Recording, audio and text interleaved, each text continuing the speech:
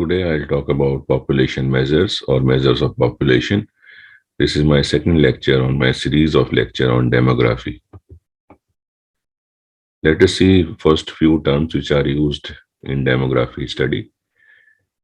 First one is ratio. Ratio is the number of events A divided by number of events B. Here the numerator is not included in the denominator. They both are separate entity and it is the ratio of these two events.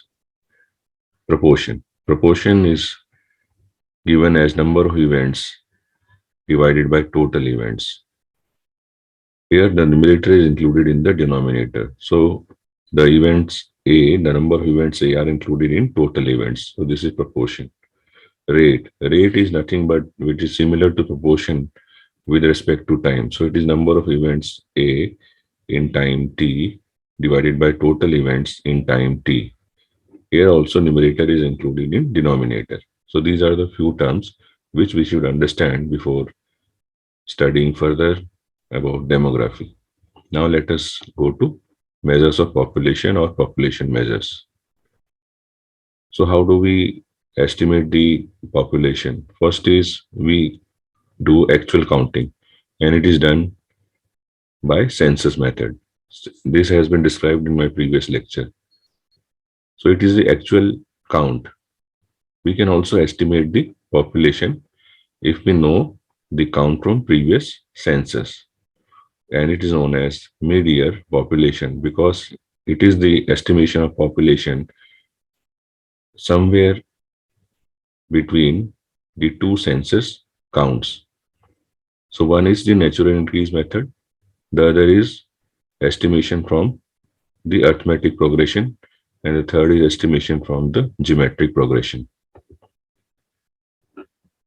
So what is the natural increase method to estimate the mid-year population? If the known population count at previous census is given by P sub T0, then the estimated population at the time P sub T1 is equal to the previous population count with the addition of the birth and immigration from other nations or geographical regions and subtracting the deaths and emigration to other nations or other geographical regions.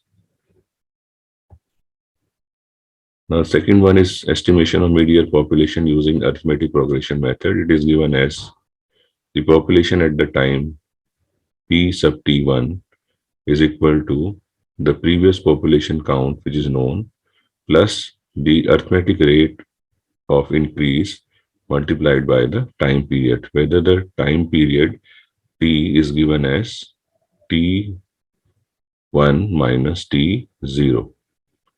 And R is the rate of increase per year as estimated from previous inter-census period. It is the arithmetic increasing rate. This is the geometric progression method. Here the population at the time T1 or P sub T1 is equal to P sub T0 multiplied by 1 plus R to the power of T, where T is the time period.